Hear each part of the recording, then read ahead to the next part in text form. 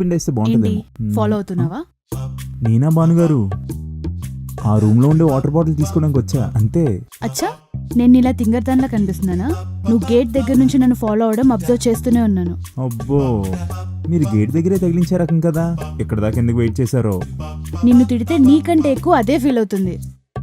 చూసావా దానికి నువ్వంటే ఎంత ఇష్టమో. ఎంతైనా మీరు బెస్ట్ ఫ్రెండ్స్ కదా.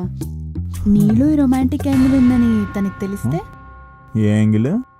అదే నువ్వు నాకు సైట్ కొడుతున్నావు అనే విషయం తనకి తెలిస్తే. అయ్యా ప్లీజ్ అండి, తనకు మాత్రం చెప్పొద్దు. సిద్ధు, అయితే చెప్పాల్సిందే. సిద్ధు, భానుగారు ప్లీజ్ అండి, తనకు చెప్పొద్దండి. సరిపోదు సరిపోదు.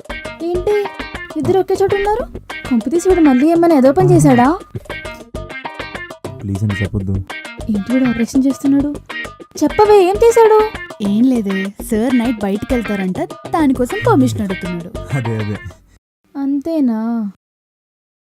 అవును, నువ్వేంటి కుక్కలా అరుచుకుంటూ వచ్చావు? పీకినవుతి.